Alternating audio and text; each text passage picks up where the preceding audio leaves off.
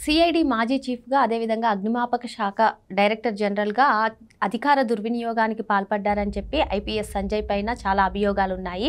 మరి ఈ నేపథ్యంలోనే ఆయనకి ఈ నెల 9వ తారీఖు వరకు కూడా జ్యుడిషియల్ రిమాండ్ విధించిన సంగతి తెలిసింది. మరి ఇప్పుడు విజయవాడ ఏసీబీ కోర్టు 3 రోజుల పాటు ఆయన్ని పోలీస్ కస్టడీకి అప్పగించింది.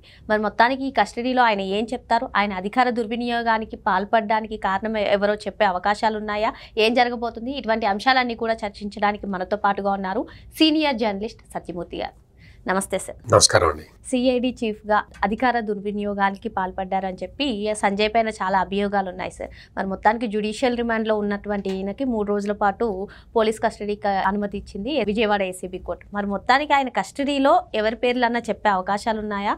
లేదంటే యాజ్ యూజువల్గా మనం వైసీపీ నేతల నుంచి ఇప్పటివరకు అరెస్ట్ అయినటువంటి ఆఫీసర్స్ అందరూ కూడా చెప్పేది తెలీదు, గుర్తులేదు, మర్చిపోయాను, ఇటువంటి అంశాలే చెప్తారంటారా? ఏం జరగబోతుందంటారు? ముందుగా ఎవరైతే అరెస్ట్ అయ్యాడో ఐపీఎస్ ఆఫీసరు సంజయ్ అసలు ఈ పాటికి తన ఐపీఎస్కి రిజైన్ చేసి ఉండాల్సింది. ఏమాత్రం సిగ్గు అభిమానం ఇటువంటివి ఉన్నా కానీ ఇమ్మీడియట్గా రిజైన్ చేసి ఉండాల్సింది. ఇప్పుడైతే గవర్నమెంట్ సస్పెండ్ చేసింది, సస్పెన్షన్ని ఎక్స్టెండ్ చేసింది. ఎక్స్టెన్షన్ కూడా ఇంకొక 3 నెలలో 4 నెలల్లో ఉంటుంది ఎక్స్టెన్షన్ పీరియడ్. ఆ తర్వాత మళ్ళీ ఎటు సస్పెండ్ చేస్తారు, ఎక్స్టెండ్ చేస్తారు సస్పెన్షన్ని. మామూలుగా అంటే ఒక పోలీస్ ఆఫీసర్గా, ఒక ఉన్నతమైన స్థానంలో పనిచేసిన పోలీస్ ఆఫీసర్గా ఎప్పుడైతే సుప్రీంకోర్టు ఈయనకి యాంటిసిపేటరీ బెయిల్ ఇవ్వటానికి రిజెక్ట్ చేసిందో ఆ రోజునే ఐపీఎస్కి రిజైన్ చేసి ఉండాల్సింది. మనం అట్లా చేయం కదా. మనం చేసిన కేసులేంటి? ఎవడికో ఒకడికి కాంట్రాక్ట్ ఇచ్చి వాడు పని చేశాడో లేదో చూడకుండానే బిల్ ఇచ్చేయటం ఒక కేసు. ఇంకో కేసు ఏంటి? ఎస్సీ ఎస్టీ అట్రాసిటీస్ చట్టం మీద పోలీసులకి ట్రైనింగ్ ఇవ్వాలి. అంటే సంజయ్ ఒక ఐపీఎస్ ఆఫీసర్గా తాను చేయాల్సిన బాధ్యత ఏంటి అంటే ఎస్సీ ఎస్టీ అట్రాసిటీస్ చట్టం ఎట్లా చక్కగా ఎట్లా వాడాలి, ఎస్సీ ఎస్టీలకి ఎట్లా మేలు చేయాలి, ఈ చట్టం ఉండటం వల్ల వాళ్ళు ఆత్మగౌరవంతో ఎలా బతకగలుగుతారు, ఈ చట్టాన్ని దుర్వినియోగం చేయకుండా ఒకవైపు చూడటం, రెండో వైపు ఈ చట్టాన్ని సద్వినియోగం చేసుకొని వాళ్ళ ఆత్మగౌరవాన్ని కాపాడుకోవటం. ఇంత బృహత్తరమైన బాధ్యత ఉన్న ఒక ఐపీఎస్ ఆఫీసరు ఎస్సీ ఎస్టీ కేటగిరీకి చెందిన వ్యక్తి అయ్యుండి కూడా ఆ ఫండ్స్ని మిస్యూటిలైజ్ చేశాడు అంటే మొత్తం ప్రజలందరూ ఒక్కసారి అర్థం చేసుకోవాలి. ఇది వేరే కుంభకోణాలు ఏవి కాదు. అంటే మీకు మామూలుగా మద్యం కుంభకోణము, లేకపోతే టీడీఆర్ బాండ్ల కుంభకోణము, లేదు సిలికాన్ దీన్ని దొంగ ఎక్స్పోర్ట్స్ చేసే కేసు, ఇసుక దొంగ ఎక్స్పోర్ట్ చేసే కేసు, అటువంటివి కాదు. ఇది ఏంటి అంటే ఎస్సీ ఎస్టీ అట్రాసిటీస్ చట్టం మీద అవేర్నెస్ కల్పించే ప్రోగ్రాముకి సంబంధించిన నిధులని ఒక ఎస్సీ ఆఫీసరే మిస్యూటిలైజ్ చేయటం ఎంత నేరమో మీరు ఆలోచించండి. అమౌంట్ ₹1,00,00,000 లేకపోతే 1,19,00,000 అనేది క్వశ్చన్ కాదు.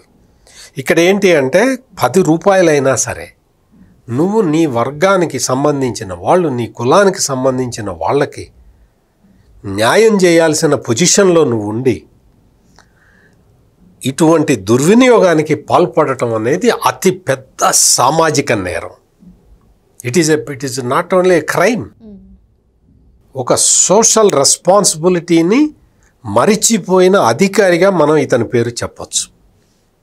ఇంకొకటి అగ్నిమాపక దళానికి సంబంధించిన కేసు. అదేదో ఒక యాప్ చేయటం, ఆ యాప్ అసలు కంపెనీనే లేదు, కంపెనీకి డబ్బులు ఇచ్చేశారు.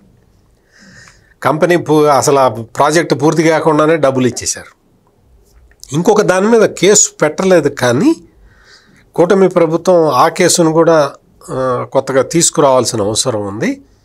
అగ్నిమాపక శాఖలో చాలామంది అనర్హుల్ని పెట్టాడు, ఎంప్లాయ్మెంట్కి పెట్టి వాళ్ళకి వేలాది రూపాయల శాలరీ ఒక్కొక్కడికి ఇచ్చాడు. వాళ్ళందరూ కూడా ప్రైవేటు వ్యక్తులు, జగన్మోహన్ రెడ్డి ఇంట్లోనో, భారతీ రెడ్డి ఇంట్లోనో, లేకపోతే వాళ్ళ ప్రైవేటు బంగ్లాల్లోనో పనిచేసే వాళ్ళకి అగ్నిమాపక శాఖ నుంచి శాలరీలు ఇచ్చాడు అనేది ఇంకొక కేసు. ఆ కేసుకు సంబంధించి ఇంకా డీటెయిల్స్ వాళ్ళు సేకరిస్తున్నట్టున్నారు, అది కూడా వస్తుంది. అంటే నువ్వు ఒక ఐపీఎస్ ఆఫీసర్గా, ఒక బాధ్యత గల అధికారిగా ఉండాల్సిన నువ్వు చేసిన పనులు ఇవి. ఈ పనులు చెయ్యటానికి నువ్వు వాడుకున్నది ఏంటి అంటే, జగన్మోహన్ రెడ్డి ఆ రోజు ఏ పని చెప్పినా కానీ చెయ్యటం. అంటే జగన్మోహన్ రెడ్డి ఏ పని చెప్తే ఆ పని చేసి జగన్మోహన్ రెడ్డి తోటి శభాష్ అనిపించుకొని నువ్వు చేసిన పనులేంటి, నీ కులం వాళ్ళకి, నీ వర్గం వాళ్ళకి నువ్వు మోసం చేయటం. ఎంత అన్యాయం మీరు ఒక్కసారి ఆలోచించండి. ఈ రోజున 3 రోజుల పోలీస్ కస్టడీకి ఇవ్వటం, అసలు జ్యుడిషియల్ రిమాండ్కి పంపిస్తారు. అంటే కోర్టు ఆధీనంలో ఉంటారు. పోలీస్ రిమాండ్ అంటే పోలీసుల ఆధీనంలోకి తెచ్చుకుంటారు. అంటే పోలీసుల ఆధీనంలోకి తెచ్చుకొని ఏం చేస్తారు, కేసుకి సంబంధించిన వివరాలు అడుగుతారు. నిజంగా నాకైతే ఒక రకమైన ఫీలింగ్ అయితే వస్తున్నది. నేనే గనక ఆ పొజిషన్లో ఉంటే మామూలుగా సుప్రీంకోర్టు యాంటిసిపేటరీ బెయిల్ రిజెక్ట్ చేయంగానే నేను పదవికి ఐపీఎస్ పోస్ట్కి రాజీనామా చేస్తాను. ఇప్పుడు పోలీసులు తీసుకున్నా అంటే నిన్న మొన్నటి వరకు తన ఆధీనంలో పనిచేసిన పోలీసులే ఈ రోజున నువ్వు దోషివి, నువ్వు రా, ఇక్కడికి వచ్చి కూర్చొని మా ముందు కూర్చొని నువ్వు సమాధానం చెప్పు, మేము క్వశ్చన్లు అడుగుతాం, నువ్వు సమాధానం చెప్పు అంటున్నారు. అంటే నిజంగా ఎంత దురదృష్టం, ఎంత నీకు ఆ అధికారి ఎవరైతే ఈ సంజయ్ అనే ఐపీఎస్ అధికారి ఎవరైతే ఉన్నారో అతను ఎన్ని దారుణాలకి పాల్పడి ఉంటే ఈ స్థాయికి వచ్చి ఉంటాడు. ఈ స్థితికి చేరుకోవటం అంటే అసలు మామూలు విషయం కాదు. నీకు ఈ కేసులో దీని వెనక ఎవరున్నారు అని అడగరు క్వశ్చన్లు పోలీసులు. ఎందుకో తెలుసా, ఇది ఇండిపెండెంట్గా అతను తీసుకున్న నిర్ణయమే. అతనే సంతకాలు పెట్టాడు, అతనే రిలీజ్ చేశాడు, అతనే డబ్బులు ఇచ్చాడు, అతనే సెలెక్ట్ చేశాడు కంపెనీలని, అతనే డబ్బులు ఇచ్చాడు. అందుకని ఈ నేరం ఎలా చేశావు అనేది ఇప్పటికే ఆల్రెడీ ఎస్టాబ్లిష్ అయిపోయింది. ఆ నేరాన్ని కన్ఫర్మ్ చేసుకుంటారు. అతను నాకు ఏమీ తెలియదు, నేను మర్చిపోయాను, నాకు గుర్తులేదు అని చెప్పినా శిక్ష తప్పదు. లేదు నేనే చేశాను అని చెప్పినా శిక్ష తప్పదు. నేనే చేశాను, నాకు తెలియక చేశాను, లేదు నేను పొరపాటున చేశాను, లేదు ఇదిగో 1,19,00,000 రూపాయలు నేను ఇక్కడ కొట్టేసి బలానా ఇల్లు కొనుక్కున్నాను అని ఏదో ఒకటి నువ్వు ఏం చెప్తావనేది నేను ఎట్లా ఊహిస్తాను? పోలీసులు ఏం అడుగుతారోనే ఊహించలేము. సంజయ్ ఏం సమాధానం చెప్తాడో ఎట్లా ఊహిస్తాం? అందుకని ఇదిగో ఇది ఉన్నది, ఇందులో నాకు ఇంత వాటా వచ్చింది అని ఒప్పుకుంటే ఐపీఎస్ అధికారి అయినందుకు నీకు ఆఖరి రోజుల్లో అయినా సరే నీకు కొంత గౌరవం దక్కటానికి అవకాశం ఉంటుంది. నేను చెప్తున్న పాయింట్ ఏంటి అంటే, నీకు కనీసం నీకు ఒక సోషల్ రెస్పాన్సిబిలిటీ ఉంది. ఐఏఎస్ ఐపీఎస్ ఆఫీసర్లుగా పనిచేసే వాళ్ళకి ఒక సామాజిక బాధ్యత ఉంటుంది. ఆ సామాజిక బాధ్యతే నేర్పుతారు వాళ్ళకి.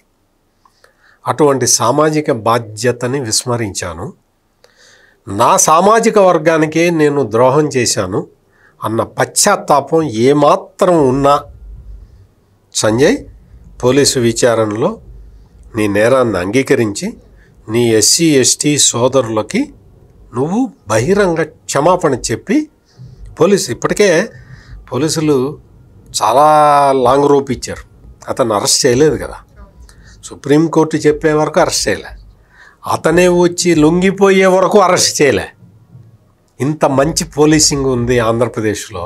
సంజయ్, నువ్వు ఉన్నప్పుడు నువ్వు పోలీసుల్ని ఎట్లా ఏ విధంగా ప్రయోగించావో, నువ్వు ఏ విధంగా మానవ హక్కుల్ని కాలరాశావో, నువ్వు ఏ విధంగా తప్పుడు కేసులు పెట్టించావో, ఎంతమందిని అరెస్ట్ చేసి ఎంతమందిని జైళ్ళల్లో మగ్గించావో ఒక్కసారి ఆలోచించుకో సంజయ్. నీ పట్ల పోలీసులు ప్రవర్తిస్తున్న తీరు చూసుకో. నువ్వు పోలీస్ ఆఫీసర్గా ఉన్నప్పుడు నువ్వు చేసిన తీరు చూసుకో.